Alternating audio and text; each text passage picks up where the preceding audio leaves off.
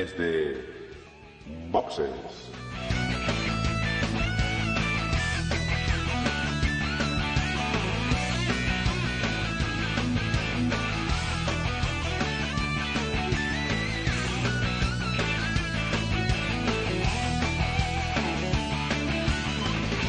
Muy buenas y bienvenidos a un nuevo capítulo de Desde Boxes Podcast, un podcast de Fórmula 1 hecho por aficionados para vosotros que sois aficionados.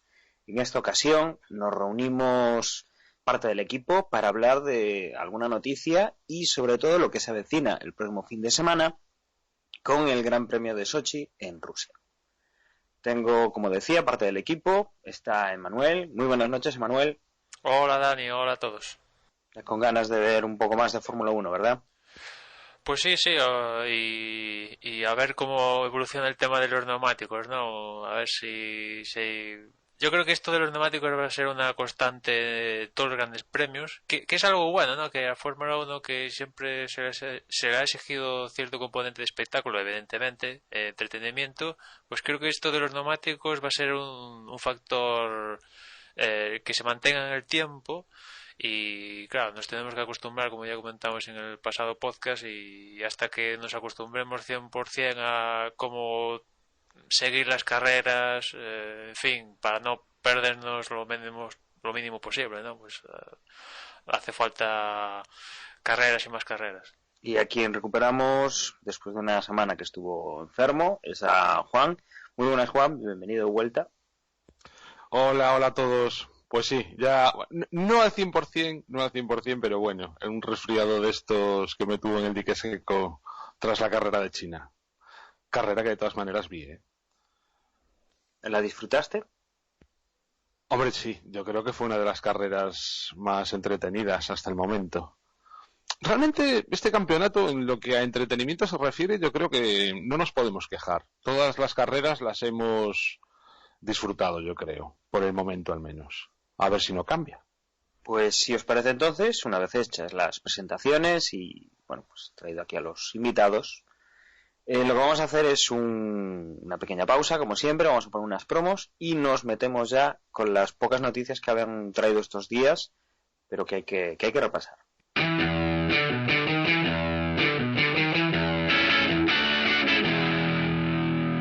Noticias que pasan, Emanuel, un poco por lo que vendrá el año que viene, ¿verdad? Tenemos una noticia ya para el 2017, lo que hablábamos hace un momento, de los neumáticos, la importancia que tienen y que ya para el año que viene pues hay un plan de desenvolvimiento de estos neumáticos que se llevarán en la temporada, no esta, sino ya la próxima, 2017. Sí, hoy el episodio va a ser temática FIA, reglamento 2017 y en adelante, ¿no? Y el actor de momento principal es Pirelli, que, bueno, desde que está en la Fórmula 1 viene reclamando que le den más días de test para que si los pilotos, escuderías, etcétera, quieren unos mejores neumáticos, pues lo que quieren es test para probarlos y así estos tengan un material de mejor calidad, ¿no? ¿Y os acordáis cuando la temporada pasada os dijimos que Pirelli había llegado a un acuerdo con la FIA y Ecclestone para continuar suministrando los neumáticos 3 años más? Pues bueno, ese contrato aún no está firmado y es que la cosa se fue alargando de tal manera que Pirelli le puso un toque de queda a la FIA y a todos de que si este lunes pasado no le llegaba un mail al director el director de Pirelli Deportivo aceptando sus exigencias para el 2017 ya desde este año, que era básicamente que le dieran más días de test, pues ellos no iban a firmar ese contrato ya pactado de 3 años y que se iban a abandonar la categoría porque les era imposible desarrollar unos neumáticos con unos cambios tan en principio drásticos como los que van a pasar en 2017 y no estaban dispuestos a hacer unos neumáticos que no sabían cómo iban a funcionar y claro, su imagen quedaría por los suelos y los neumáticos pues fallaran estrepitosamente, ¿no? Finalmente el Consejo Mundial del Motor se tuvo que reunir de urgencia, y el lunes aprobaban las exigencias de Pirelli, que a mí me parece bien, porque al final es darle más días de test para que esos neumáticos del 2017 no sean basura, básicamente. Y esos cambios son que a Pirelli se le van a dar 25 días de test a disputar con los coches actuales, con los tamaños de ruedas del 2017, y esos 25 los van a poder disfrutar ya en este 2016, 2017 y 2018. Aparte de esto, también se le va a dar la opción de probar con ruedas neumáticos del 2017 en el tamaño de los del 2016, con coches del 2013-2014, ¿no? Esto únicamente para el 2016. Es un poco lioso, pero básicamente es darle, insisto, más días de test para que prueben ya los neumáticos del 2017. La duda es un poco en qué coches, ¿no?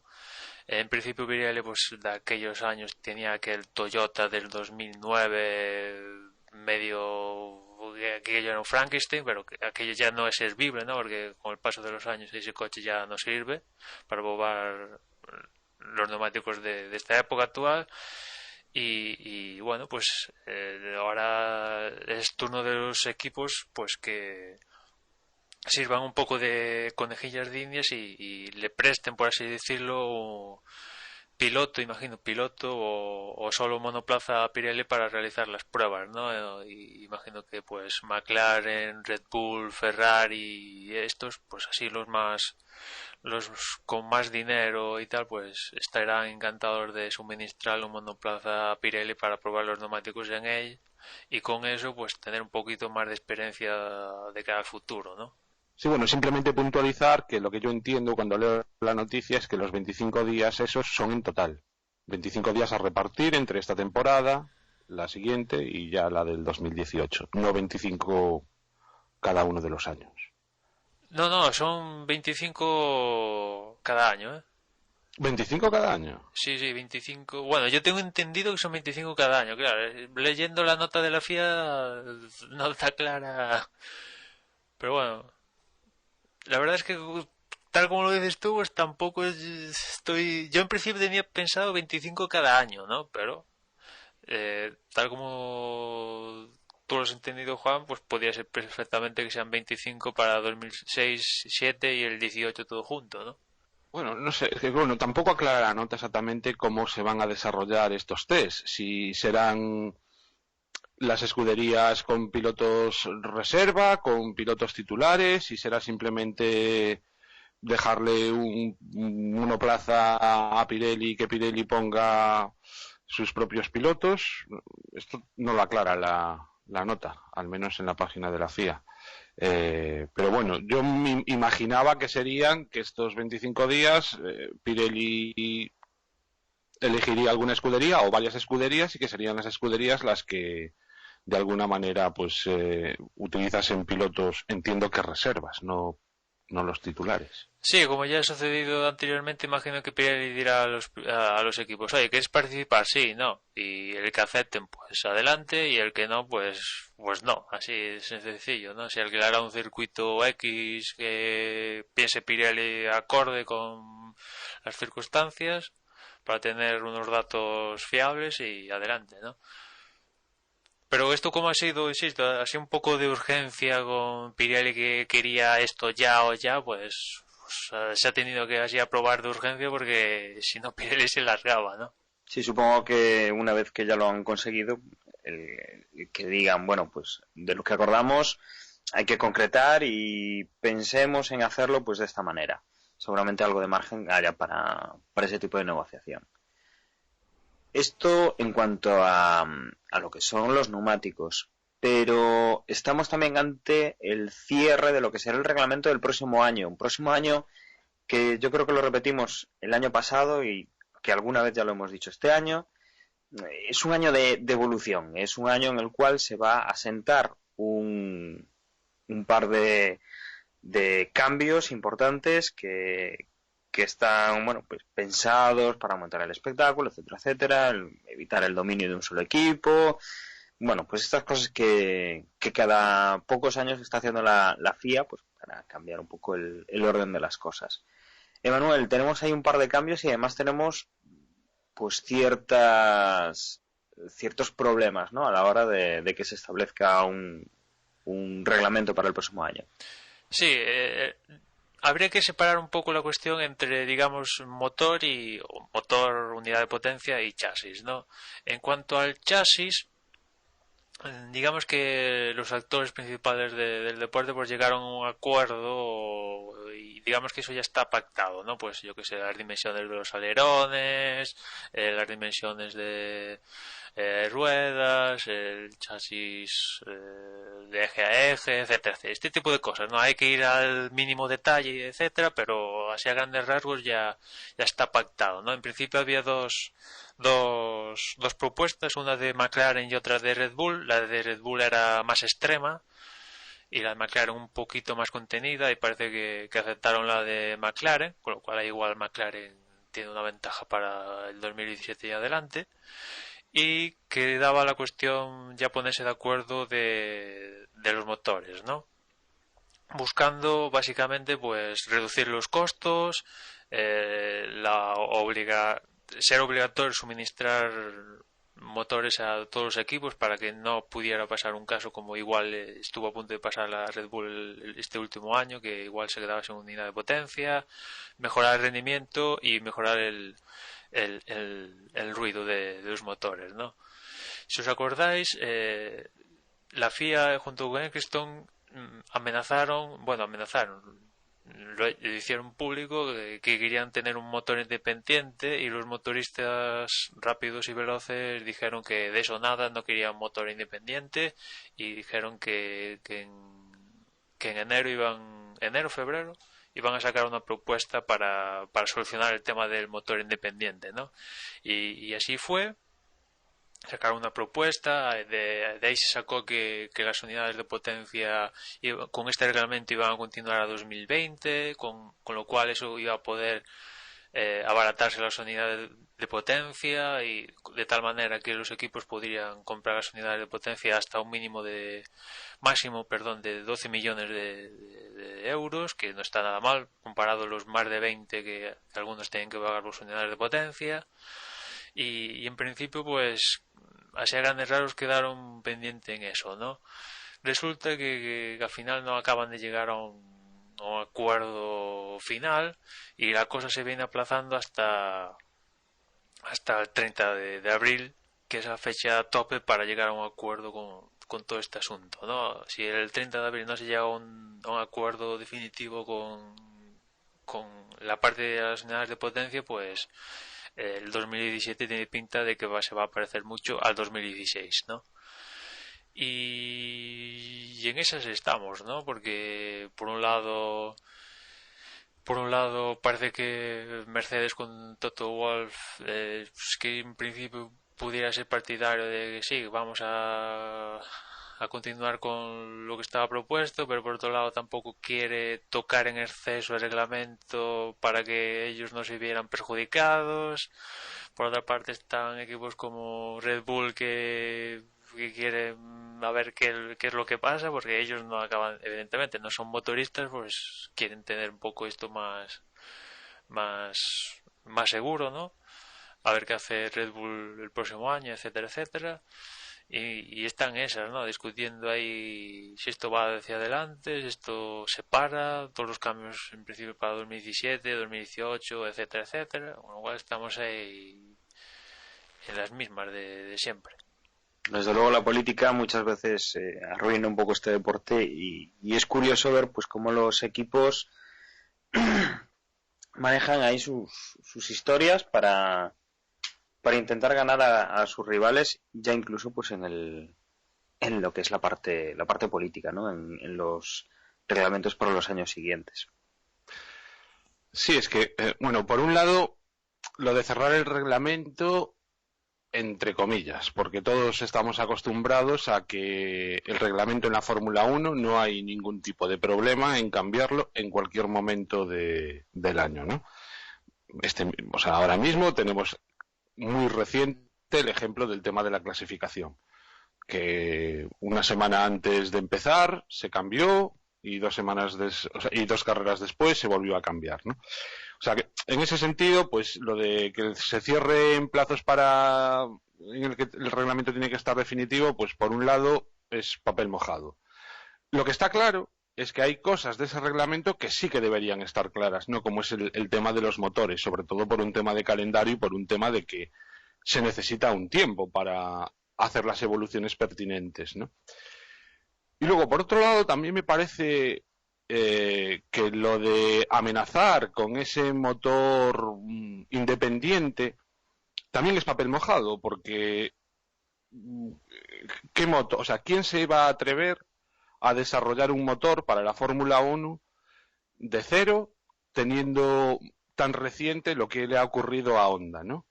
Que bueno, había que recordar 3 años después. Bueno, había que recordar, Juan, sí. acuérdate de que se llegó a hablar de dos interesados en hacer este motor, que ahora no me acuerdo quién eran. Uno creo que era Megachrome o el otro no me acuerdo. Y el asunto es que el motor era un motor atmosférico, quiero recordar, nada de parte híbrida ni nada. O sea, era un V8 y capado de tal forma de que más o menos la potencia equivaldría a uno actual y por ahí van los tiros, ¿no? Sí, realmente ya me había olvidado de que es cierto de que las especificaciones serían mucho más relajadas que con respecto a los motores normales, ¿no?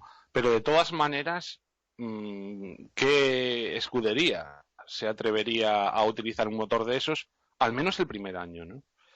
Mientras no haya habido la evolución suficiente, porque es que o sea, claramente iban a estar muy por detrás de los motores que ya se llevan probando tiempo y tiempo. Pues en teoría Red Bull, ¿no? Pero claro, sí, pero es que Red Bull no se va a arriesgar. O sea, bueno, es que Red Bull, el tema del Red Bull date cuenta además que amenaza con que si no es capaz de estar ahí arriba, abandona la Fórmula 1. Bueno, Red Bull es que dependiendo de cómo lo veas, al final siempre sale ganando, ¿no? Porque el motor independiente al final era como una medida al final le ha salido como una medida de presión para obtener algo sencillo, que es que van a tener unos motores más baratos y aparte se aseguran que por reglamento, porque si esto va hacia adelante, los motoristas se comprometen a dejar a todos los equipos que hay en parrilla con opción de darles un motor, con lo cual Red Bull nunca se quedaría sin motor, ya sea Honda, Renault, Ferrari y tal, estarían obligados a darle un motor a los equipos que lo pidieran y un cierto rendimiento, ¿no? Que vale, que hay diferencias actuales ahora, pero no son tan radicales como era el 2014, ¿no? Aquello metía miedo. O como el año pasado de Honda y el resto, que aquello era exagerado, ¿no? Pues ahora los motores se están igualando poco a poco, ¿no? Y al final el Red Bull, a la larga, pues... Y los pequeños, bueno, sobre todo Red Bull, que es el que tal, ¿no? Los pequeños se ahorrarían el dinero de comprar la unidad de potencia, ¿no? Pero Red Bull así un poco más interesado en sacarle rendimiento a esa unidad de potencia, pues sería, claro, beneficiado de todo esto. Bueno, yo el año pasado, que estuvimos prácticamente toda la temporada con el culebrón Red Bull, dejo Renault a ver quién me vende un motor. Yo recordad que desde el principio dije que Red Bull se iba a quedar con Renault y no porque sea adivino ni nada, sino simplemente porque es que yo no veía a Red Bull utilizando un motor proporcionado justo por sus más directos rivales, ¿no? Ese era el razonamiento que hacía y sigo pensando lo mismo. O sea, yo no veo a Red Bull con un motor independiente de ninguna de las maneras y sinceramente me da la sensación de que lo de la amenaza esta del motor independiente no se la cree absolutamente ninguno de los actores que están en juego. O sea, ni las escuderías, ni Eccleston, ni nadie. O sea, la FIA, ni la FOM, ni nadie. O sea, está ahí como amenaza, pero todos saben que es una amenaza muy poco creíble. O vamos a ver, esa es la sensación que yo tengo, que yo poca información puedo tener más que la que sale en los medios de vez en cuando que leo, ¿no? Hombre, sí, como amenaza ha quedado porque al final esa idea se ha aparcado, ¿no? O sea, O sea, de momento vamos a tener esta estructura de unidad de potencia. Si no se aprueban las cosas, va a seguir, con lo cual, quieres o no quieres. Claro, yo es que el escenario que veo es que o se deciden muy pronto, o sea, o llegan a un acuerdo, o si no, el año que viene tendremos motores prácticamente los de este año, ¿no? O una evolución de los de este año, pero quiero decir, sin cambiar Claro, las reglas. Aquí la cuestión es que, claro, si el 30 de abril no se cierran así, que lo que decía Juan está muy bien, o sea, lo que el 30 de abril se cierra son así los parámetros generales, ¿no? Después hay pequeñas cositas, que es lo que dice Juan, aquí si te ponen todos de acuerdo, cambiamos hasta el nombre del deporte si hace falta, ¿no? Pero el 30 de abril en teoría se tienen que cerrar así los grandes parámetros de la sinopsis de las reglas para el próximo año, ¿no? Y dentro de esas reglas, si se quieren cambiar para el próximo año, es que con la idea del próximo año de los coches del futuro es que sean mucho más rápidos. Evidentemente, estos coches de los próximos años van a tener más carga aerodinámica, van a pesar más, los neumáticos van a pesar más, van a generar más resistencia al aire, con lo cual va a haber más consumo de carburante. Y uno de los problemas que estaban vaticinando muchos ingenieros actuales de la parrilla es que el tema de los 100 kilos de límite actuales, pues no tal como está planificado así la idea para el próximo año, pues no, aquello iba a significar que los pilotos tuvieran que ahorrar, que aquello iba a meter miedo ya de la forma que tendrían que ahorrar en determinados circuitos y ya en general, ¿no? Con lo cual hablaban de aumentar o suprimir ya la idea del límite, tanto la capacidad de toda la carrera como el tema del caudalímetro. Y hay otros, si el límite son 100 para toda la carrera, pues aumentarlo en 105, 110, una cosa así, ¿no? Y hay muchos interesados porque el tema del combustible es un factor clave para ganar unos caballos extra que a los equipos que lo necesitan, a los motoristas que lo necesitan, pues les vendría bien, ¿no? Por ejemplo, a Renault pues están pidiendo que se abandone la idea del tema de combustible, tanto el caudalímetro como el total de la carrera. A Honda pues también le gusta la idea de que se relaje un poco el tema del combustible y bueno, pues estamos también un poco en esas, ¿no?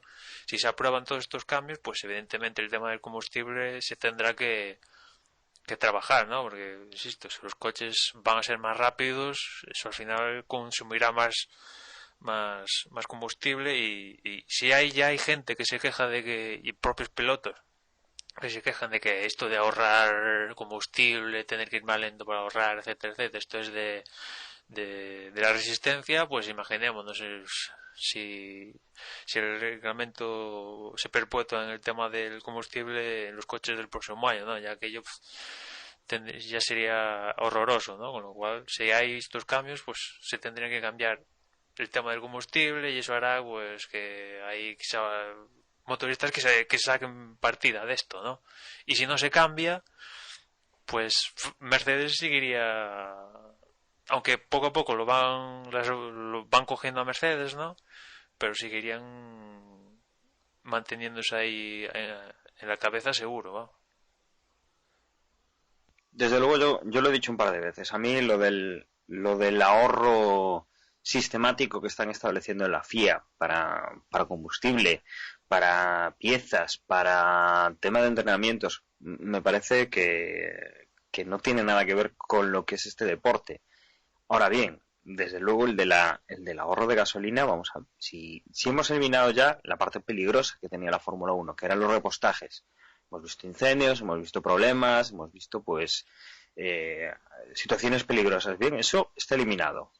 Corremos más el riesgo que con KERS, SERS y todo lo que es la parte eléctrica, pues un chispazo lo tendríamos mucho más fácil y que pudiera haber un incidente. Bien, pasado esto, que tu coche solo pueda llevar una determinada cantidad máxima de gasolina, que solo puedas de esa gasolina consumir una cantidad cada vuelta que yo no lo veo lógico. O sea, Mercedes, si tiene un consumo de gasolina bajo y un rendimiento alto, perfecto. Si otro coche necesita más gasolina y necesita consumir más para poder tener potencia, pues mira, me parece perfecto. Seguramente Mercedes saque más provecho a llevar menos kilos de gasolina y gastarlos de una manera, digamos, más controlada a alguien que tiene que ir, pues eso, a la desesperada. Y yo creo que quizá los equipos tengan que ir más a no quedarse sin gasolina que a no pasarse del límite que establece la FIA por reglamento, que no me parece a mí lógico en un deporte cuya máxima expresión es eso, es la tecnología, el ir por delante, no el ir ajustando los consumos y todas las reglas del deporte, pues para consumir y para gastar lo menos posible. Sí, yo también estoy de acuerdo contigo, Dani. Sobre todo en el sentido de eso, de que esto es carreras de velocidad, no se trata de carreras de resistencia. Y que por otro lado también las propias escuderías y la propia evolución de los motores lo que intentarán será conseguir un equilibrio, ¿no? Optimizar los recursos de tal manera que el propio hándicap que supone el llevar más litros de gasolina, ese peso adicional, pues eso, conseguir un equilibrio entre la cantidad de kilos con la que lastrar al monoplaza con respecto a la potencia o el consumo que necesite el motor para conseguir el rendimiento máximo, ¿no? Entonces tampoco creo que los coches fuesen ¡hala, venga! A llenarse ahí de gasolina como si esto fuese un cubo sin fondo. No, seguro que ya lo optimizarían de algún modo, ¿no?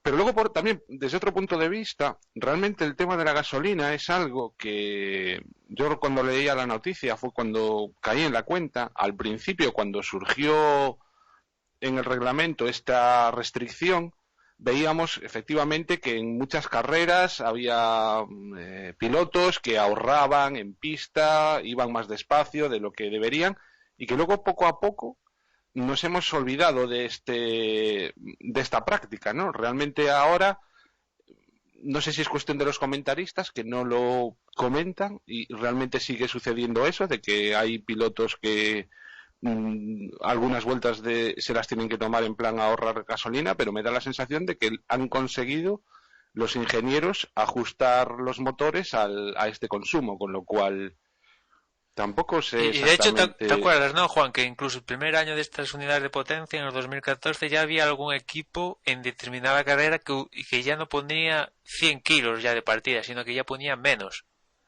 Claro, entonces da la sensación de que es un poco... Es lo que decíamos, o sea, yo creo que deben ser las propias escuderías, ¿no? Las que vean dónde está ese equilibrio, o sea, ellas mismas tienen que ser conscientes que reducir el consumo es algo que favorece, porque es menos peso, pero por otro lado, tampoco lastrarlas desde el reglamento.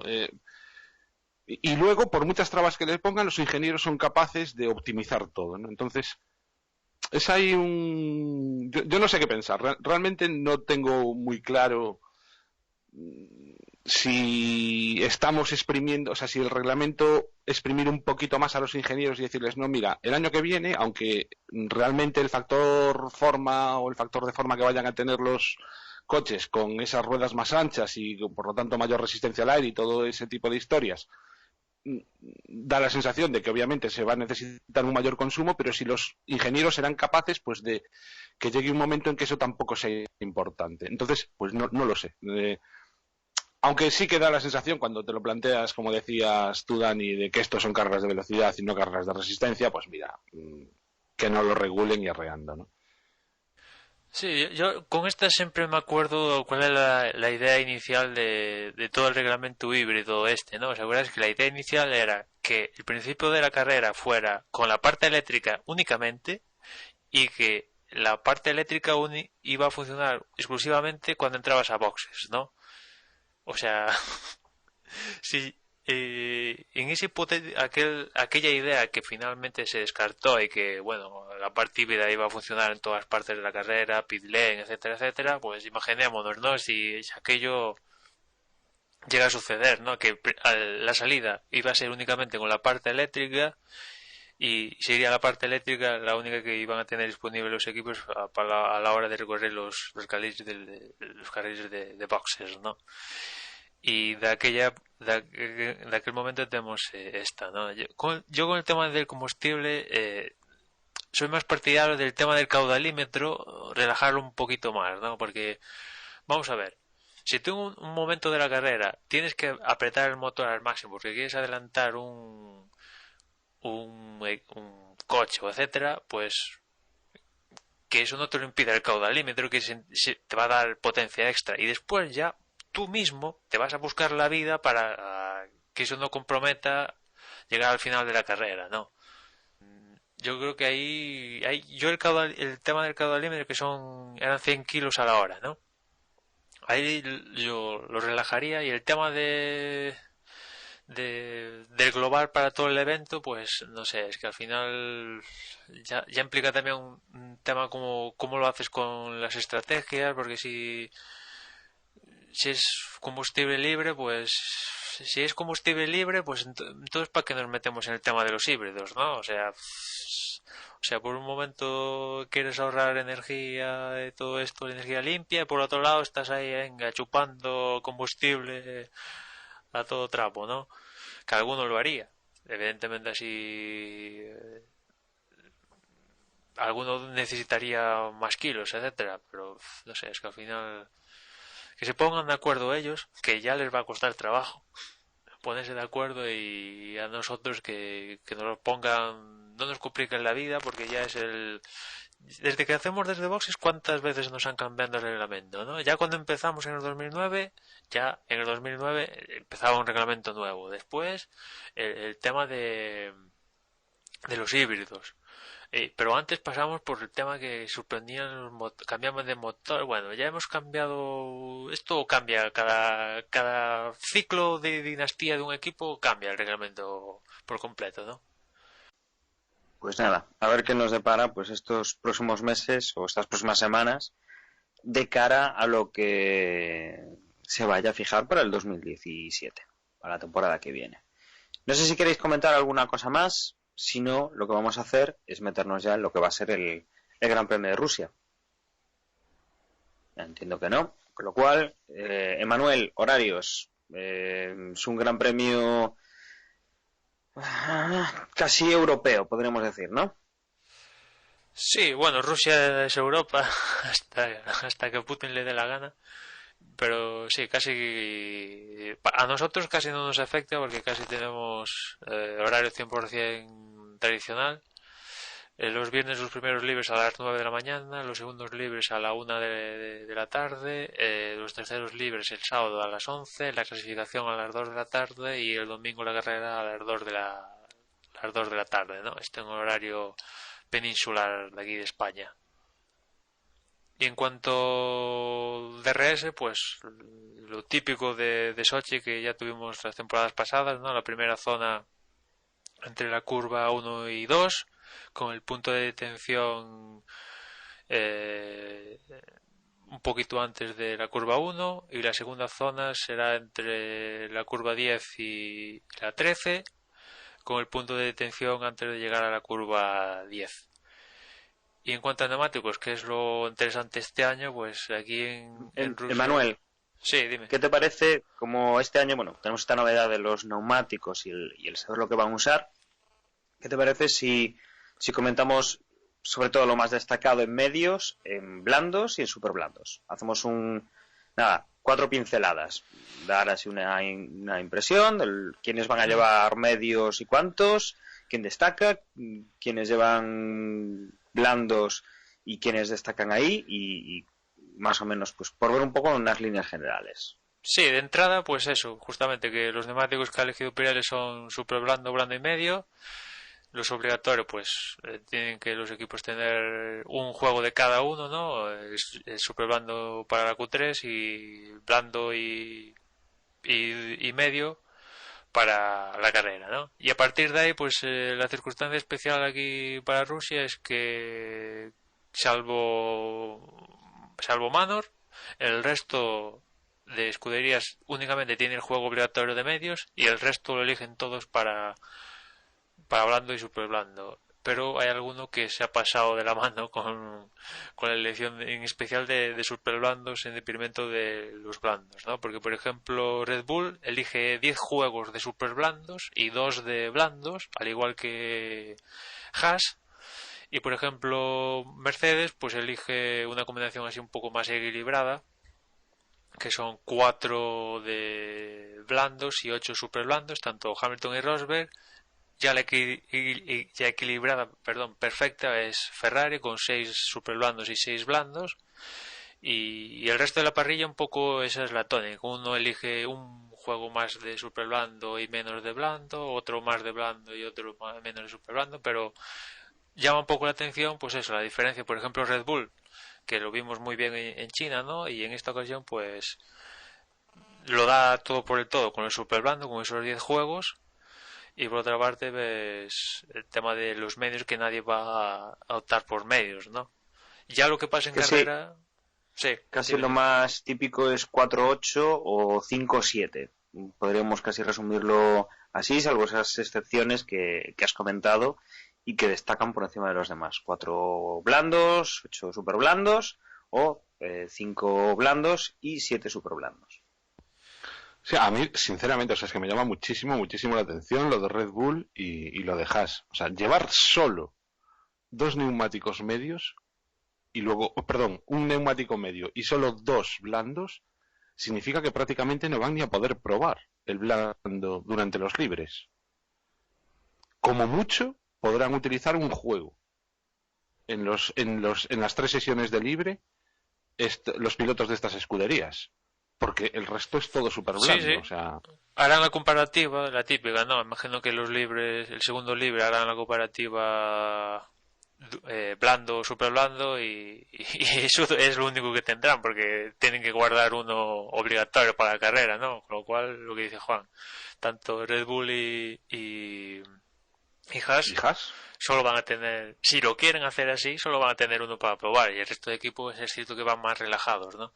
Pero sí, bueno, que Williams tampoco es para tirar cohetes, ¿eh? Que Williams va con 3 blandos, nada más. Pero bueno, igual es que depende, ¿no? Como hemos visto en Australia, que parecía que el medio no funcionaba y resulta que al final el medio, aquello fue lo que desequilibró la batuta. Después vimos en Bahrein que el medio que parecía que iba a revolucionar las cosas, resulta que aquello a pique. Y después en China pues la cosa no ha acabado de estar muy clara, ¿no? Porque muchos optaron por el medio. Bueno, la verdad que la de China fue un poco liosa, ¿no? De seguir el tema de los neumáticos. Y aquí en Rusia, que tradicionalmente es una pista que no suele degradar mucho, de hecho lo vimos en el primer año que estuvimos aquí en Rusia, únicamente creo que fueron a una parada, ¿no? ¿Os acordáis, no? Que Rosberg tuvo que entrar en la primera vuelta y después hizo todo el Gran Premio con el mismo juego de neumáticos, porque Pirelli se pasó de conservadora. Ya el segundo año la cosa un poquito cambió, pero aún así es una pista que en principio parecía que si llevas super blandos pues vas a tener un punto extra, pero claro, vete tú a saber, igual, yo que sé, igual en Rusia, en Sochi hace una temperatura mayor de lo esperado y los super blandos se van a pique enseguida, y con lo cual ahí los que tengan más blandos pues salen beneficiados, o al contrario, igual hace un frío que te mueres y yo que sé, por ver varios escenarios. Quizá de todas maneras esta sea una de las carreras en las que veamos más estrategias parecidas, porque en general todas las escuderías han elegido de forma muy parecida, ¿no? o las variaciones son mínimas, quitando estos dos casos extremos, digamos. Sí, porque el medio, como tienen únicamente el obligatorio, pues al final si lo llegan a utilizar en carrera pues casi será porque la estrategia prevista desde un principio se le va a pique, con lo cual dicen pues vamos a meter el medio y si pescamos algo pues bienvenido sea, si no pues ya estamos mal, ¿no? Salvo casos extremos así pues tiene pinta de ir hablando super blando, ¿no? Y los que tienen más super blando, lo que sí es seguro que en clasificación van a hacer unos cuantos intentos, ¿no? Porque claro, tener tantos juegos se lo va a permitir. Y eso siempre va a poner un punto extra. Sí, porque lo que tenemos que recordar es que lo que están obligados es a durante la carrera a utilizar un juego o bien de medios o bien de blandos. Con lo cual el medio probablemente no lo lleguen a utilizar en todo el fin de semana. Sí, con lo cual al final es que salvo circunstancia especial, Haas y Red Bull van a tener que, salvo que quieran salir a ciegas a carrera, van a tener que probar utilizar uno de esos dos que tienen de blandos, utilizarlo en los libres si quieren tener algo ya visto para después de la carrera, ¿no? O sea, así a priori, ¿no? Porque es que decía Juan, es que es un poco así, dos únicamente de blandos y el resto de todos super blandos, que cuando hablamos en pretemporada dijimos, ostras, ¿puede darse la circunstancia de que alguien elija tanto radical y tal? Sí, se puede dar. Pues mira, a la cuarta carrera se ha dado algo así en plan radical, ¿no? Y vamos a ver cómo le sale la apuesta a Red Bull y Haas, ¿no? Porque si le sale bien, pues oye, genial. Si le sale mal, pues... Y habrá que ver sobre todo una cosa muy interesante este año, y es que a todo esto de la diversidad de neumáticos, el cómo trabaje cada equipo, dentro de cada equipo estamos viendo pues que compañeros están intentando lo de siempre, buscar una forma de deshacerse de su compañero, que es el coche más parecido o sea, es el coche casi como el suyo, puede cambiar alguna pequeña configuración, y que lo que lo que vamos a ver en carrera posiblemente sea con una estrategia distinta al resto de equipos, que cada uno de ellos pues tenga una subestrategia distinta. Hemos visto cosas interesantes, hemos visto carreras muy inteligentes por parte de alguno de los pilotos de un equipo que ha conseguido adelantar al otro pues por cambiar un poco el juego, y esperemos a ver en qué se traduce esto en Sochi con este tema de los neumáticos. Bueno, y no sé si queréis añadir alguna cosa más a lo que va a ser el Gran Premio de Sochi, o podemos ir cerrando ya por hoy y dejarlo aquí. Bien, entiendo que tampoco tenéis nada que añadir. Pues lo dicho, Gran Premio de Sochi este próximo fin de semana. Nosotros estaremos aquí de nuevo para volver a contaros lo que haya pasado en este circuito. Y nada, me despido, no sin antes recordaros que todo lo que os van a comentar mis compañeros ahora lo podéis encontrar en el centro neurálgico de Desde Boxes, que es la página web desdebox.es. Ahí podéis encontrar pues todas las entradas a los podcasts y los medios de contacto que nos van a comentar Juan y Emma, y incluso el enlace a la aplicación. Un saludo y os dejo con Juan y con Emma. Chao. Pues sí, medios de comunicación que pasan, por ejemplo, por nuestra dirección de correo electrónico, que es desdeboxespodcast@gmail.com. Y nada, yo también ya me despido, simplemente recordaros que es la primera carrera, esta del próximo fin de semana, que tendremos ya en horario normal a las 2 de la tarde, a la hora del aperitivo, que engancharemos seguramente con la comida. Hasta la semana que viene. Por mi parte, como siempre, os recuerdo que en Twitter somos @desdeboxes y en Facebook nos encontráis en facebook.com/desdeboxes, y por ahí también tenéis la aplicación de Desdeboxes en la Google Play para Android. Y por mi parte nada más, ya nos escuchamos en la próxima carrera.